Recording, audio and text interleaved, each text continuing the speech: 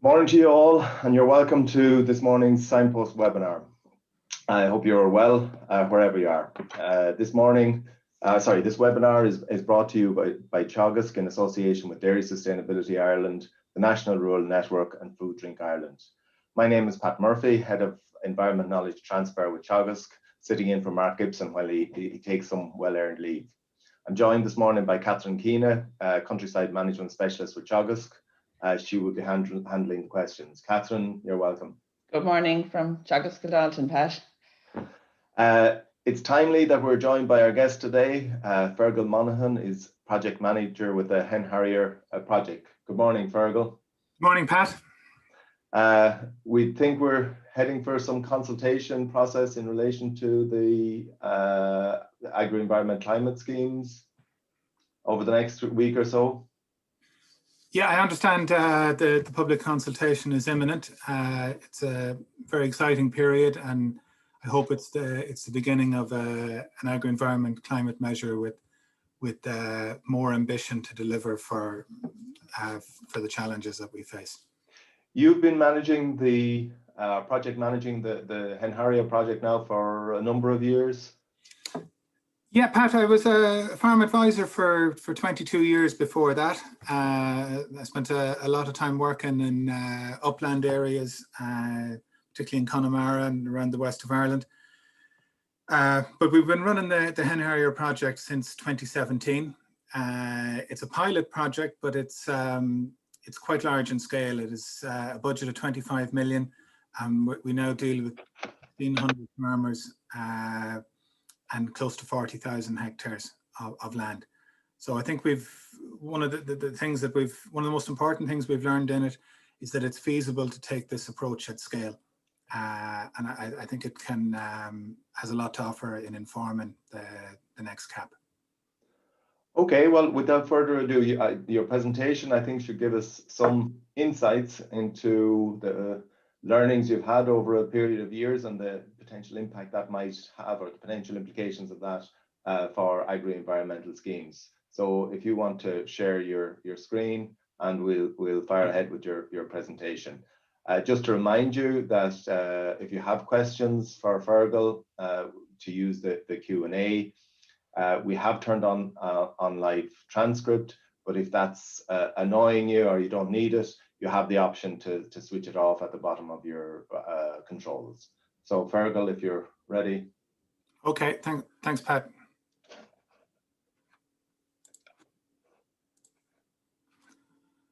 Right, can everyone see the presentation there? That looks perfect. Yeah. Okay. I would like to divide this talk into two parts. First, I would like to talk about the two large EIPs in the current CAP, the challenges they faced and the solutions that they helped to develop. And secondly, I would like to offer my views on how the lessons learned in these projects can inform the rollout of the next Rural Development Programme.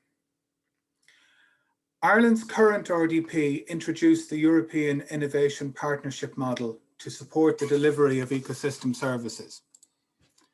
Two large EIPs, the Hen Harrier project and the Freshwater Pearl Mussel project, used the flexibility of the EIP model to develop landscape level and results-based approaches to the conservation of two flagship species. I believe they were quite successful in this, not least because they were able to demonstrate that such an approach can be delivered at scale. The current CAP is now coming to an end, and the model pioneered in these two projects and in the Burren programme will see more widespread use in its successor. The Hen Harrier and Freshwater Pearl Mussel projects were species focused, in one case on a bird and in the other on a freshwater mollusk. As animal species go, these two are very different, and it might appear that conservation efforts directed at them would have very little in common. This is not the case. The common thread connecting these two species is that both are impacted by the characteristics and condition of the wider landscape. Why is this important?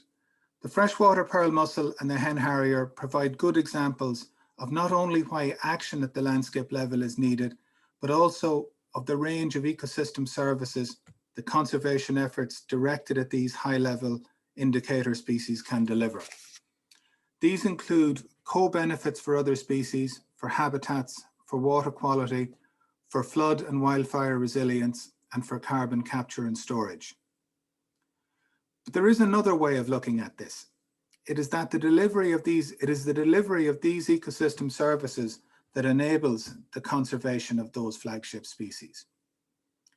While local priorities will always dictate some tailoring of programs at key locations and for specific objectives, it is the restoration of high quality functional habitats that is the key requirement to meet the challenges we face. Species diverse grasslands, good quality peatlands, clean water in streams, and river catchments with near normal flow characteristics will deliver for biodiversity, for water quality, climate adaptation and mitigation, and these should be our goals. The freshwater pearl mussel is dependent on suitable substrates in which to grow, clean gravel, not choked by silt or smothered in algae. It needs a suitable and reliable flow of water in the streams and rivers it inhabits. It needs channels that do not dry up in dry weather, and a healthy population of trout or salmon to host its larvae. All of these requirements are dependent on conditions across the entire catchment. Inevitably, this includes many farms and other land users. The erosion of peat or soil upstream can lead to the deposition of silt in gravel beds, potentially cutting off the supply of oxygen to young mussels. The loss of plant nutrients to water can lead to excessive growth of algae, smothering the mussel's habitat. Drainage, erosion, or soil compaction can change the flow characteristics of watercourses, making them more vulnerable to summer droughts and to flash floods following intense rainfall events. Barriers to fish migration can impact the movement of trout or salmon and prevent the freshwater pearl mussel from completing its life cycle. All of this means that efforts at conserving the species must engage at the catchment level. To be successful, they need to integrate environmental action by farmers with addressing the pressures arising from forestry practices, land drainage, flood control, road and bridge repairs, and fisheries management. For freshwater pearl mussels, limiting action to individual farms or even selected fields within those farms is doomed to fail. In most cases, the bulk of the problems are coming from relatively small, discrete areas. A voluntary, results-based approach can incentivize the farmer to address these, but that may not be enough. Some problems are just too challenging, too complex, or exist at too great a scale to expect a farmer in a basic agri-environment contract to deal with. Extra support, both financial and technical, is needed. Without this focused effort, the spend on agri-environment measures will underachieve. While the average quality of farmland habitat may be improved, the problems at the critical sites that have the greatest impact on the wider catchment go unaddressed. Likewise, for the hen harrier, effective conservation action also requires us to look beyond the farm gate. We must ensure that at a population level, the species' basic requirements are met.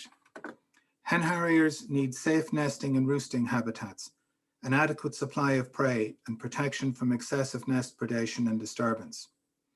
Let's look at the species' requirements through the year, the pressures they face, and how these pressures can be eased. The birds return to the uplands in March. They form pairs, establish territories, and build a nest. The critical requirements at this time of the year are suitable nesting habitats, ideally tall heather or scrub.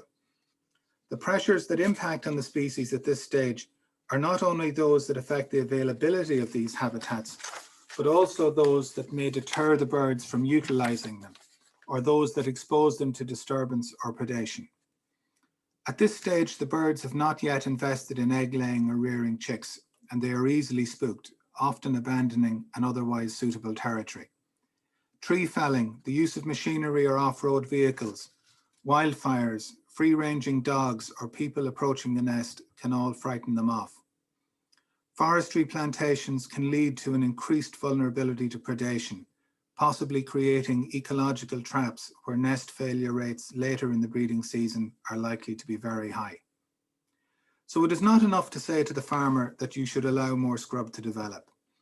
Of course we need more scrub, but to achieve this we need to facilitate it through reform of the rules governing land eligibility for direct payments. Addressing the risk of disturbance demands engagement with other stakeholders, in particular those involved with forestry, the wind energy industry, and recreational users. Reducing the vulnerability to predators requires coordinated action on different farms and on forested lands to minimize the interface between forestry and open landscapes. Mitigating the wildfire risk needs management that creates a less vulnerable landscape, one where fuel species like Millennia or gorse are not dominant over large areas. This requires active management that farmers are well placed to deliver. It requires grazing by the right animal at the right place at the right time. For example, mature cattle grazing Millennia in June and July, or horses browsing on gorse in February. Grazing solutions supplemented by targeted rewetting and strategic planting of broadleaf trees can provide habitats, facilitate the storage of carbon in soils, and reduce the risk from flooding and fire. The outputs of such a system are different. They are not as obvious as beef or lamb. Livestock products will certainly be an output of this system, but perhaps not the dominant one. The really valuable output will be a more resilient landscape, one that helps address the biodiversity and climate crises. This style of management may not always be economically optimal, but it is key to attaining greater resilience to climate change in an upland setting. As the summer progresses, the risk of disturbance continues to be a pressure, but the availability of prey becomes increasingly critical. After the chicks hatch, they grow fast and their demands for food are enormous. If the adults are to supply this, they need an abundant supply of prey in a landscape that suits their hunting technique. To understand the scale of the challenge they face, we should consider that the male bird has to feed the female while she is sitting on eggs. Obviously, he has to feed himself as well, so he is hunting for two. When the eggs hatch, he has to provide for himself, the female, and possibly up to 5 chicks. The demands are huge as the growth of young chicks is very fast, going from an egg a little smaller than a hen's egg to adult size in 6 weeks. This needs a steady and spectacular supply of food. The female will help as the chicks get bigger, but her absence hunting increases the risk to chicks from inclement weather and from predators. For all of these reasons, it is important that adults can source adequate prey as close to the nest as possible, and that needs quality habitats that support high densities of prey species. Agriculture can really help with this. But habitat quality is not the only issue. In a fragmented landscape like the Hen Harrier SPAs, where more than 50% of the land is forested, hen harriers often have to travel too far to find their prey. So if prey is lacking or if the commute is too long, the supply of food to the chicks can suffer. In the fiercely competitive environment of a hungry nest, the smallest and weakest can rapidly succumb. The result, a clutch of 4 chicks becomes 3, then 2, then 1. Coordinated action by farmers to improve habitats and to support higher prey densities can partially address this problem. The issue of food supply for young chicks is intrinsically linked to the food supply further down the food chain. Prey species like meadow pipits have to raise chicks too, and they need an abundant supply of insects. Insect numbers are falling in many parts of the world. In Ireland, this decline is not just linked to the use of insecticides, but also to the loss of diversity in our landscapes. Large areas are becoming increasingly homogeneous. The loss of hedges, the draining of ponds, the expansion of monocultures of conifers or perennial ryegrass, excessive dominance of hillsides by bracken or Millennia, the shift to single enterprise farming units. All of these are narrowing the base of the trophic pyramid, slashing the opportunities for insects, and with that, the productivity of much of the rest of the ecosystem. Addressing this is where the results-based element can really help. Farmers know how to farm, and if they are incentivized and supported to deliver improved habitats, they can do it. Increasing diversity at every level in the food chain builds in resilience to external shocks and supports the transfer of energy from plants all the way to a specialist predator like the hen harrier. For hen harriers, we need to be able to prioritize the delivery of outcomes where they will be most beneficial. For example, promoting the development of scrub, especially in areas remote from forestry plantations. This is a real challenge in the SPAs where there is hardly anywhere less than 500 meters from a forested site. We need to increase not just the area of suitable habitat, but also the connectivity between habitats and achieve a reduction in the length of the interface between forestry and open terrain. Achieving this requires a managed retreat from forestry as a land use at certain locations. This will require meaningful engagement with the industry. This does not appear to have happened to date. Another example is the provision of small patches of tillage or wild bird cover crops. While this is a benefit anywhere, ensuring that these patches are widely distributed maximizes their impact on the heterogeneity and productivity of the landscape. This year, farmers in the Hen Harrier project will deliver 30 kilometers of wild bird cover strips, up from 400 meters in 2019, an increase of 7,500%. The essential step in achieving this was convincing farmers that this step was worthwhile and that it was possible, and that the supports, financial and technical, were there to support them. Action to address other environmental priorities, be they the conservation of habitats or individual species, or the protection of water quality, or adapting to a changing climate, will need intervention at the landscape scale as well. But when we talk about landscape level action, we need to be clear what we really mean by this. What is a landscape level action? I believe that we can categorize landscape level actions as follows.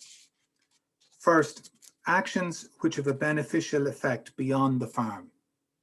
For example, the restoration of a peatland, preventing carbon loss to the atmosphere and moderating the flow of downslope streams and rivers. Or the provision of wild bird cover, which supports birds from across the landscape at certain times of the year. Second, actions where coordination between different farmers or between farmers and other stakeholders is necessary. This includes measures to increase the wildfire resilience of habitats at key control points in the landscape. To be effective, such a plan requires action at multiple sites and needs the input of farmers, foresters, the fire services, and conservation interests. For example, as you can see on the slide, in West Limerick, there are effectively no ponds or lakes available as water sources for helicopters engaged in firefighting. This can be addressed by the strategic location of fire ponds on suitable sites on participating farms.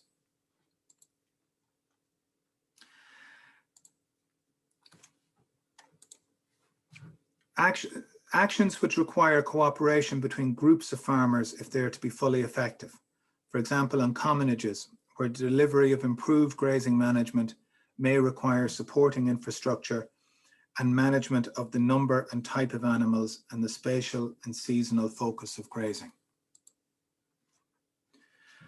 Fourth, community level action.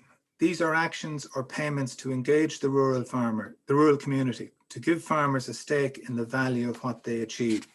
For example, the Hen Harrier nest bonus, where farmers are recognized and rewarded for local nests.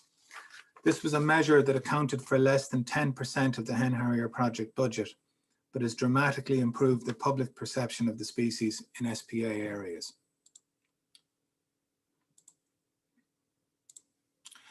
And finally, project level actions such as monitoring or planning, for example, the production of landscape fire plans.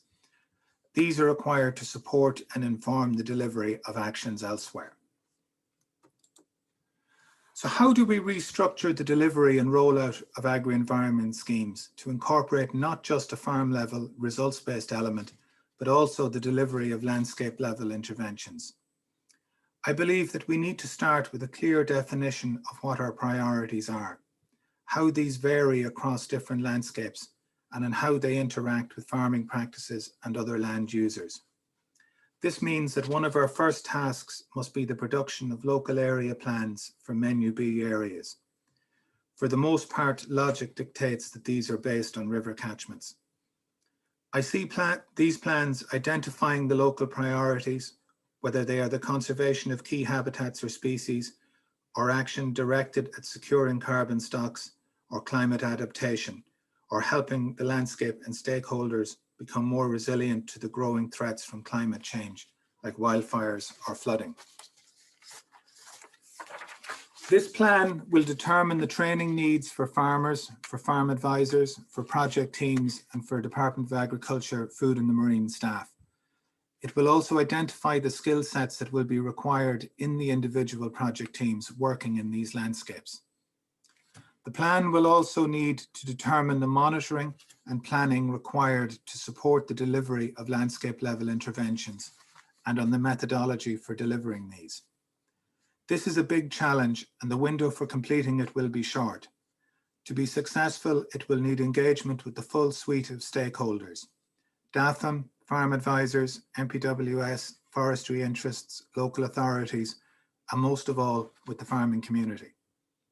In parallel with this initial local planning phase, we need to ensure that the infrastructure and supports required at national level are put in place. We need to consider how the farmer, the farm advisor, and the project team interact with each other, with the Department of Agriculture, Food and the Marine, and with other stakeholders, particularly state agencies like the EPA, MPWS, and local authorities. What will be required in future agri-environment schemes will be a big ask for farmers.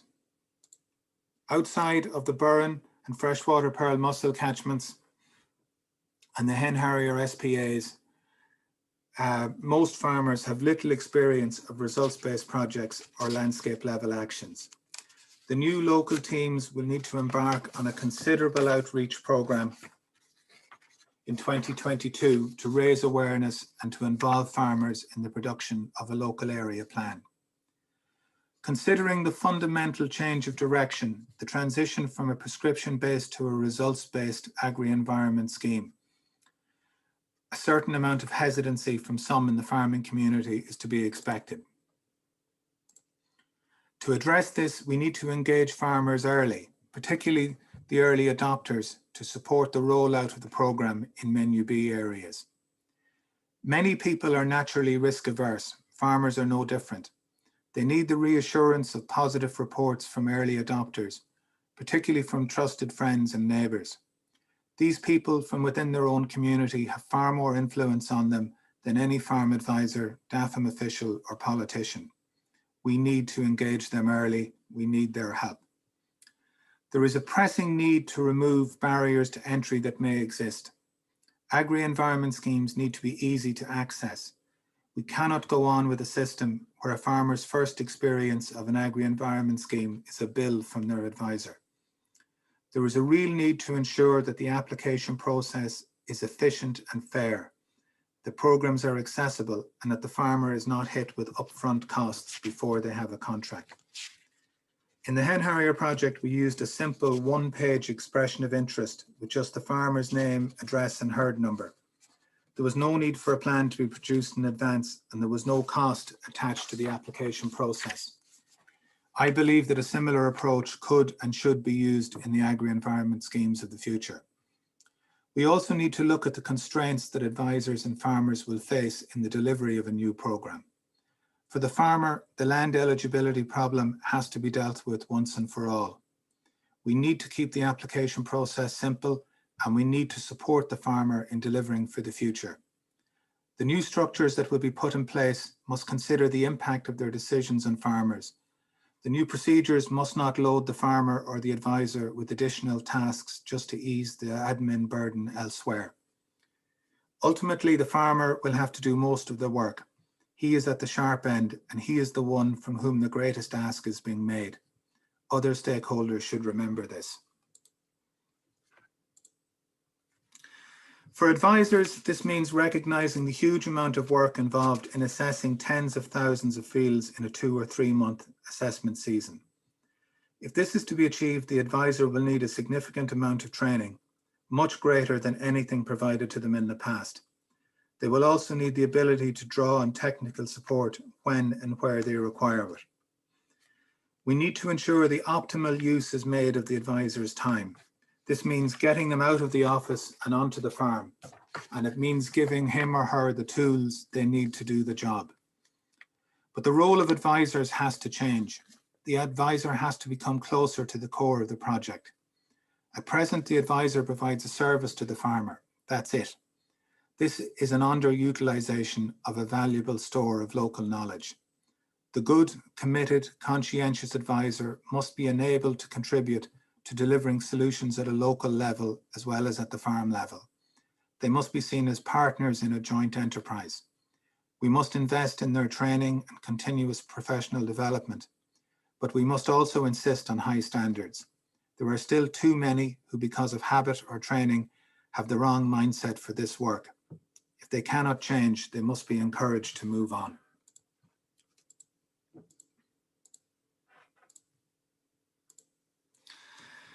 The apps developed by the Hen Harrier project and the Freshwater Pearl Mussel project made those projects feasible. We could not have assessed 16,000 fields annually in the Hen Harrier program if advisors had to take notes in the field and then go back to the office and do a data entry job. Developing a suitable app to keep the advisors doing high value work was not a choice, it was a necessity. Farm advisors, local project teams, and the Department of Agriculture, Food and the Marine itself are there to enable the farmer, to incentivize the farmer, to help the farmer deliver the objectives we all seek to achieve. It is their role to support the farmer, not the other way around. Appropriate non-productive investments that enable the farmer to do better will have a key role. The effective rollout of these non-productive investments will require screening to ensure that they are appropriate. We cannot separate this out and say that it is a planning issue, a local authority problem, or an NPWS issue. If they impact on agriculture and the environment, then they are an agricultural issue, and mechanisms to smooth their approval and delivery will be needed. In the Hen Harrier project, we developed tools that integrated LIPIS data with information from Hen Harrier monitoring, from field assessments, along with spatial data on water quality from the EPA, Natura 2000 data from NPWS, and information on our archaeological heritage into a decision-making tool. This supported the consideration and approval of over 3,000 actions a year. We have to start treating data as a resource and use it to inform planning, the targeting of training, and the identification of needs and solutions to local challenges. An example of this coordination can operate. The Hen Harrier project used field assessment data to identify fields where Japanese knotweed was recorded. Clusters of these fields were identified, and the farmers affected and their advisors provided with specialist training. The use of data in this manner to target the delivery of training and other supports to where they are needed is going to be vital. Tools like these are essential going forward, and they will require a paradigm shift in how we treat the data arising from the operation of agri-environment schemes. It is no longer just about compliance and calculating payments and penalties. In the future, data is the resource that enables us to achieve our goals. The Menu B areas are larger and contain a wider variety of priorities than existed in the Hen Harrier SPAs. As a consequence, the rules within these databases will be more complex than the Hen Harrier project faced. Their development will be more challenging, and the training needs for end users will be much greater. But developing these tools is not a choice. It is an absolutely essential basic requirement, and we need to start very soon if we are to be ready on time.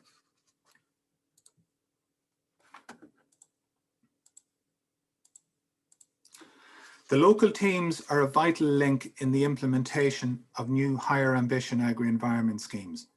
Their role is to support the farmer and the farm advisor, to lead, to demonstrate, to train.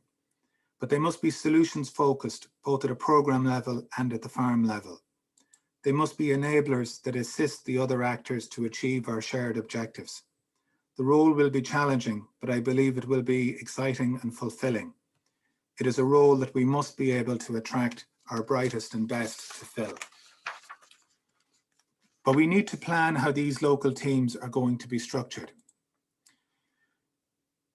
how their staff will be recruited and trained, what skill sets those staff should have, and how specialist supports for them can be put in place. We need to consider how the local teams interact with other agencies such as MPWS, EPA, and LawPro. We have to address the challenges created by scale. This approach is ambitious, and that means reaching out to thousands of farmers. That will require a devolved local structure, one where the local project officer works closely with local farm advisors, with leaders in the local farming community, the local MPWS conservation ranger, and specialists within the larger project team to identify and address local needs. Solving all of these problems is going to be a complex task. It is going to need careful planning. As we approach the start of the next CAP, we need to ensure that we are as well prepared as possible. We need to ensure that the basic infrastructure is in place and that everyone involved is as prepared as possible. The CAP strategic plan is the essential first step, but we must now look beyond that. The success or failure of the new approach will depend on how effectively we use the preparatory phase in 2022. The changes involved in addressing the biodiversity and climate crises are systemic. They will impact on everyone involved.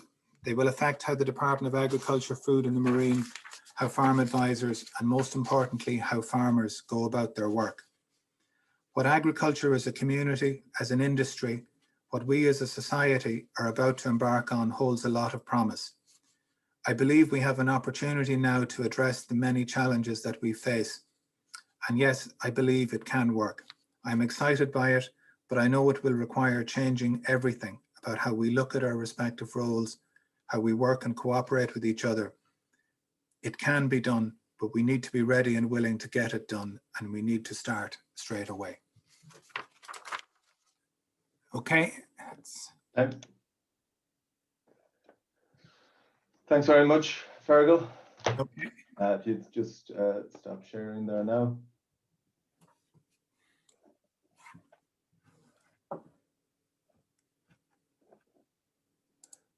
Okay, we have questions coming in, and just a reminder to everybody to put your questions in the questions and answers. I suppose a quick one just to clarify, you talked on a number of occasions about Menu B areas. Could you give us a little bit of an explanation of Menu B and I suppose Menu A and the differences between them? My understanding, Pat, is that areas of let's say greatest concern, areas of high nature value farmland and important river catchments with concentrations of Natura 2000 sites will be contained in a number of Menu B areas, and the farmers in those areas will be supported by local project teams. Menu A, I think, will be a more national scheme that will apply outside of these areas, and will recognise that farmers in the rest of the country have something important to offer as well. Okay, Catherine, there's a good few questions coming in there. Yes. First one, if farmers are not, you know, if we don't want them, if the delivery of the agricultural produce is not the main aim, how do you think the scheme will need to deliver to appeal to farmers to change that, you know, food production being the priority to a more mixed target? Yeah, well, I think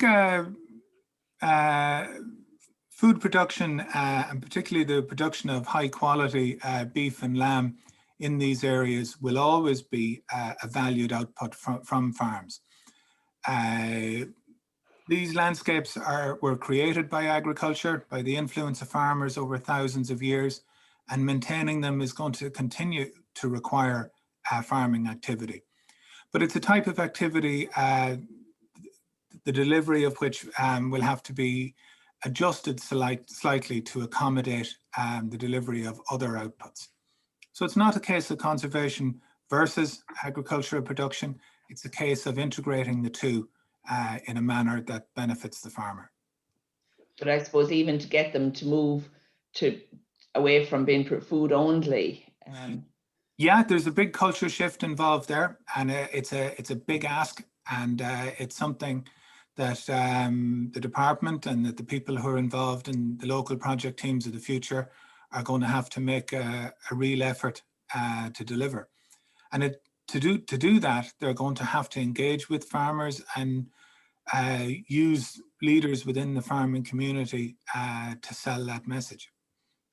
Again, back on the mechanisms there, is there any experience of using the both action and the results-based models on the same area?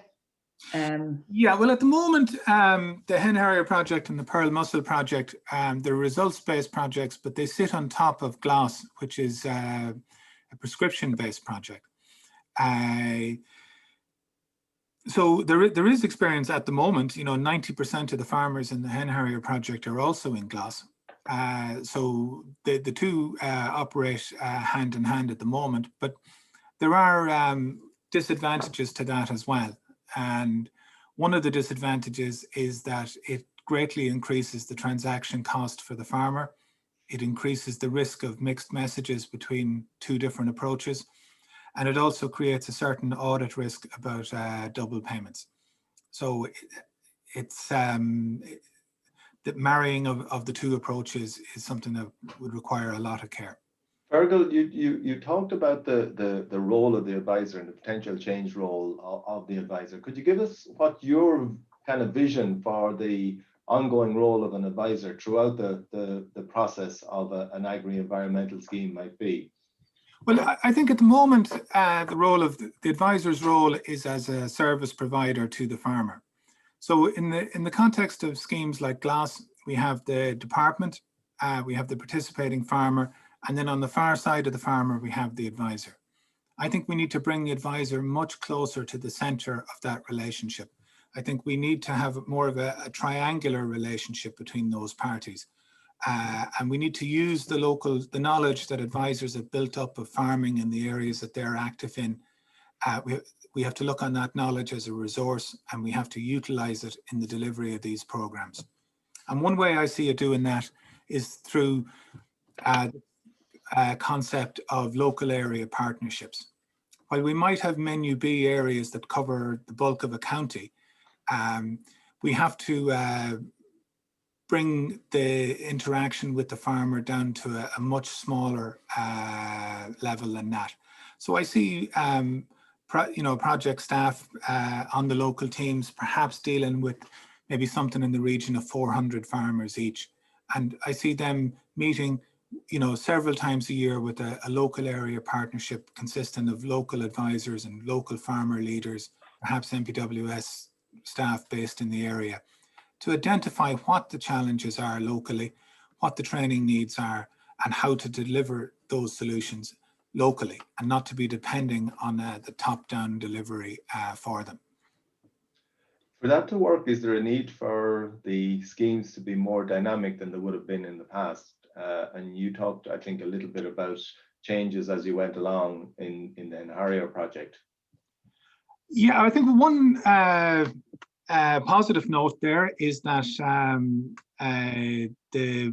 my understanding is that the local project teams are going to be supported under the cooperation regulation, which I think would give a lot more flexibility to how they go about their business than perhaps some of the other regulations would. I know the Hen Harrier project really benefited from the flexibility that was provided under the EIP regulation. And I think under the cooperation measure, we'll have a similar flexibility to bring, to create new structures at a local level to address these challenges.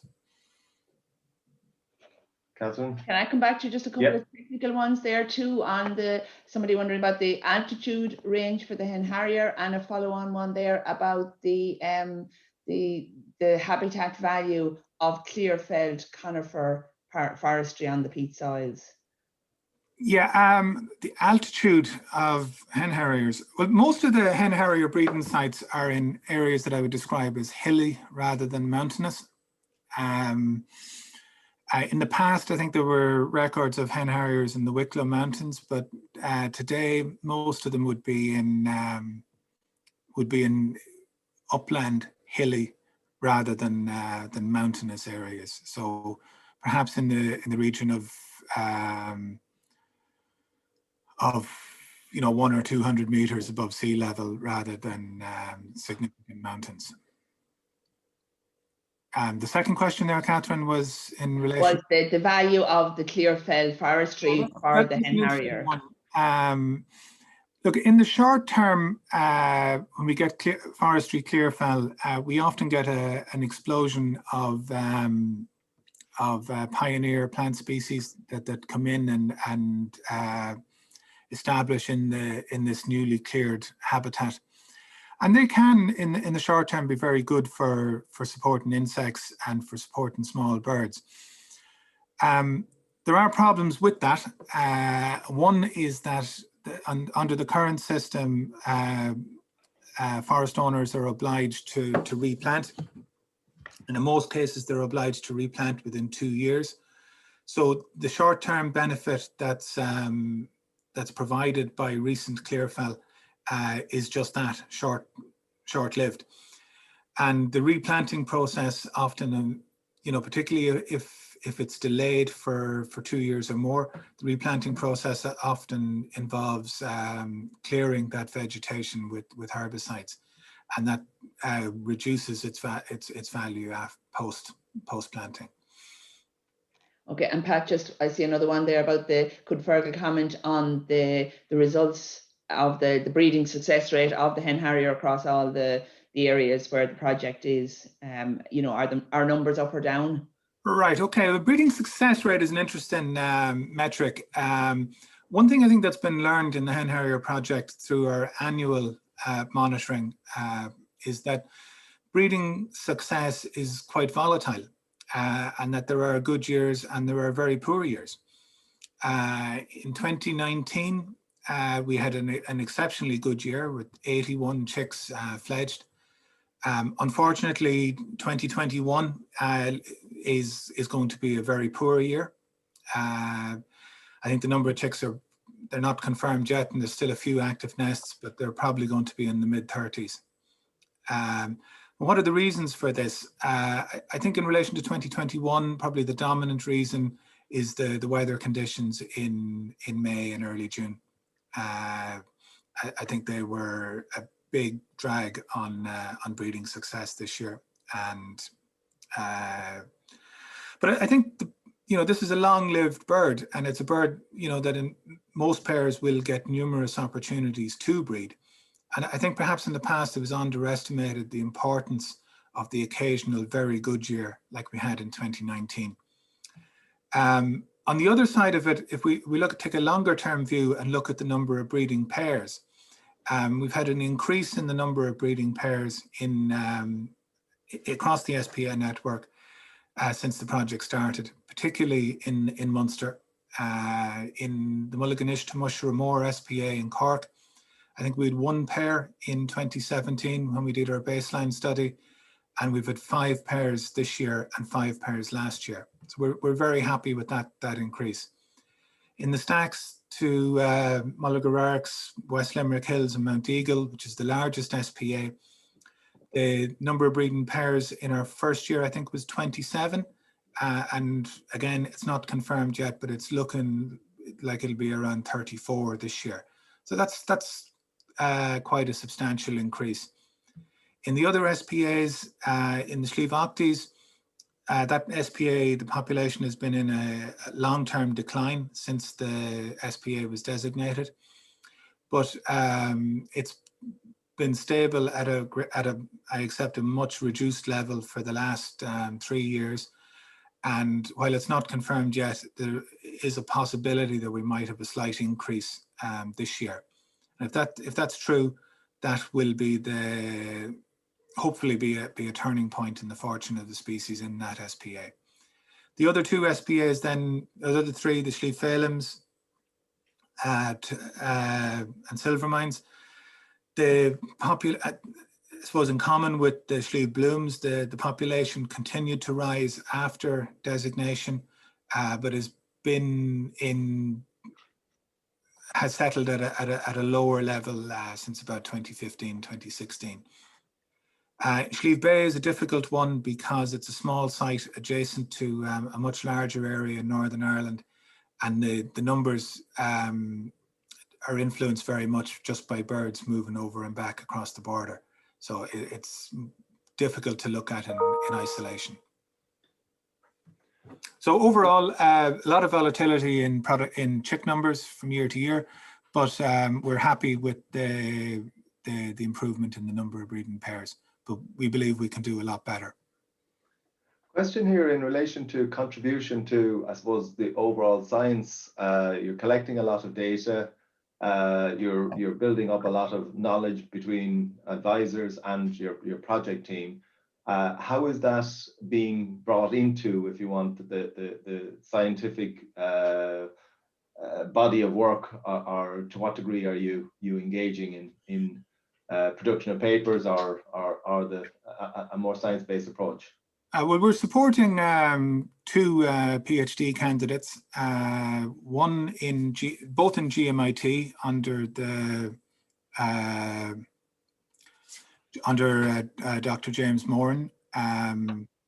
One of them is a staff member who's doing a PhD in his spare time, and the project gives them study leave to support that. And the other is a full-time student that the project supports both technically and financially. We're also involved with UCD in relation to utilising our data in relation to a track and trace project for conventional agricultural production.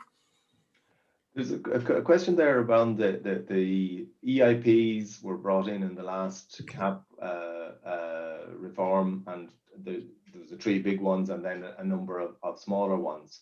Have you any comment in relation to how you feel that process has added to our ability to move forward with agri-environmental measures?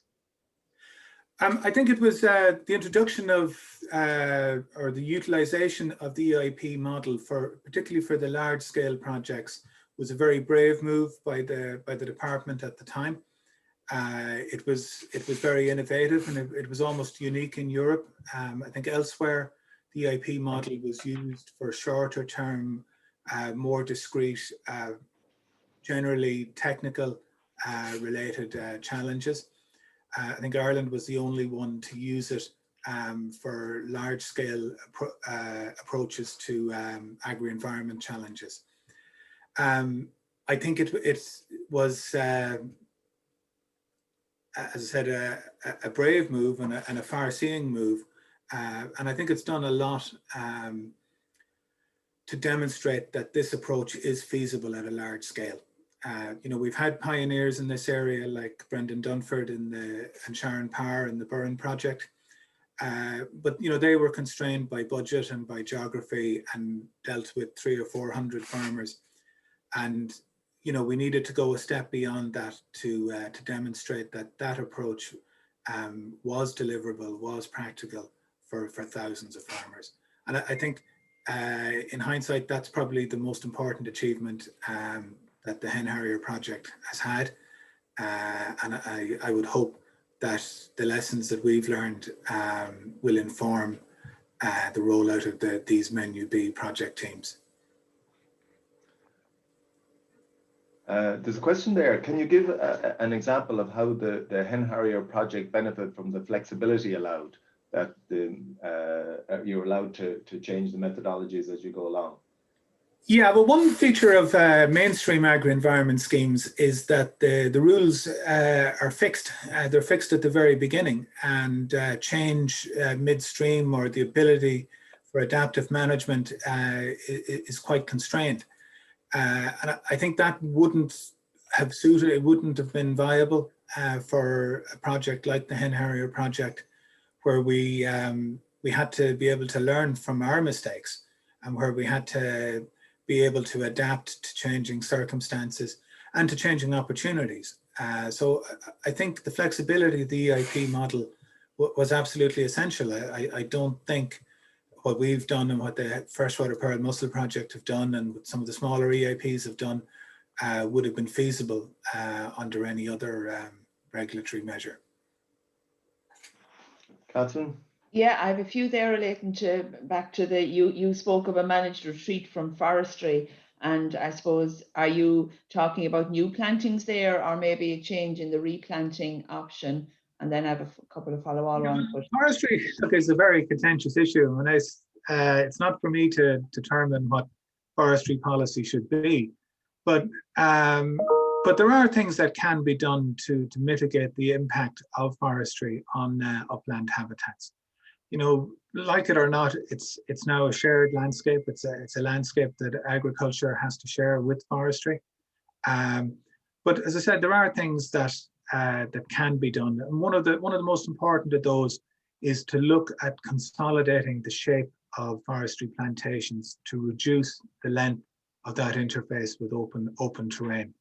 And that might, in some areas, some parts of some plantations, it might require early felling, and it might require the replacement of those felled trees with either a more open habitat or with broad-leaved woodland. So that was one of the questions. Would a strategic broadleaf planting support? You know, it may support a more resilient landscape, but what about the Hen Harrier for the broadleaves?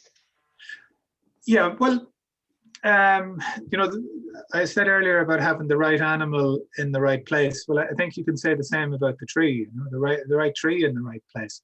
So broadleaves have an important role. And while Hen Harriers mightn't be, you know, they're not a forest nesting species. You know, they don't nest in broadleaf woodlands either. Scrub habitats are very important to them. But woodlands, broadleaf woodlands are also very important to many of the birds and animals that the Hen Harrier preys on.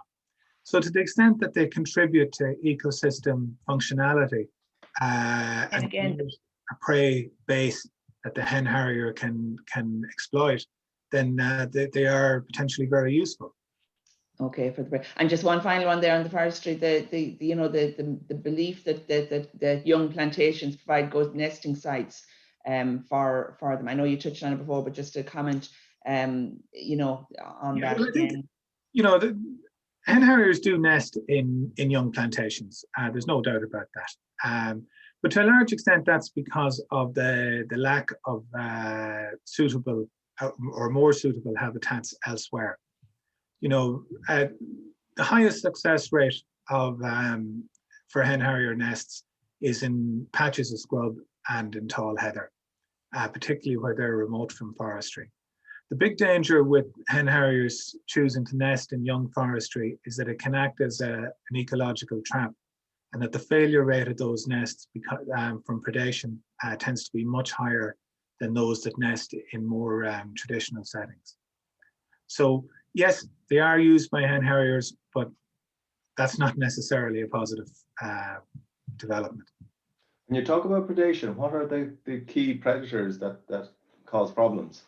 Foxes, pine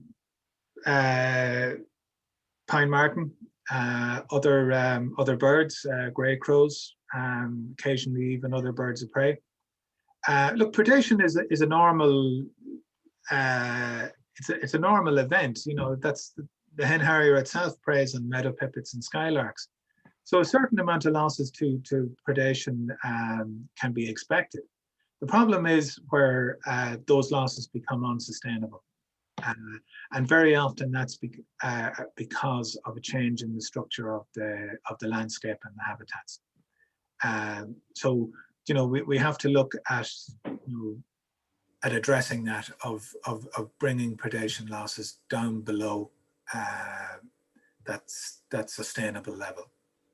We have a couple of questions. You talked both about a partnership approach and a landscape approach. And there's a couple of questions on both in relation to who should take a lead on this and how that leadership should manifest itself. Right, but when we talk about a landscape approach, we're talking about, you know, bringing our focus beyond the individual farm. Obviously, we have to consider the opportunities that exist on the individual farm, but we have to see them in the context of the larger landscape. So when we talk about a partnership approach, we have a lot of stakeholders involved in our uplands. You know, we have the farmers who manage the agricultural component of that. We have the forestry industry. We have various regulatory bodies from local authorities all the way up to the EPA, MPWS, and then of course the Department of Agriculture, who are the managing authority for programs like this. So all of them have to be involved in one way or another. And I think particularly in the development of local area plans, which I think are an essential precursor to this, that all of those stakeholders should be involved. And then in the operational phase, I think we have to continue to maintain that local partnership level, and you know, to identify and address local problems. Okay, Catherine. Just wanted to have you come. What's the area of land for one pair of breeding birds? Is there kind of a? It varies a lot. Look, ideally, you know, with a lot of territorial birds and animals, the more productive the territory, the smaller it tends to be. Unfortunately, in the Hen Harrier SPAs, large areas aren't that productive at all, and the birds, particularly the males, have to roam over quite large areas to get the prey that they require. We have had incidents where nests have been as close as 100 meters from each other. We have one or two areas that have exceptional densities of Hen Harrier nests, and I think we have to learn from those areas to see why those landscapes are so productive, and is there lessons there that we could bring to other much less productive sites. So no real answer for the questioner there, but there is a lot of variety out there. A question in relation to, I suppose, what's ahead for advisors if we get an expansion to the 8 local support teams that we talked about, and a broadening of the area in menu B from the EIPs. Will that mean a very significant change for advisors, and what are going to be the main elements of that change? Well, I think in the past, we've unfortunately developed into a model where the advisor's role has largely been one of facilitating applications for programs, about managing a farmer's application and for schemes, and about dealing with any hiccups or challenges that the farmer has in their relationship with the department. And frankly, that's not good enough.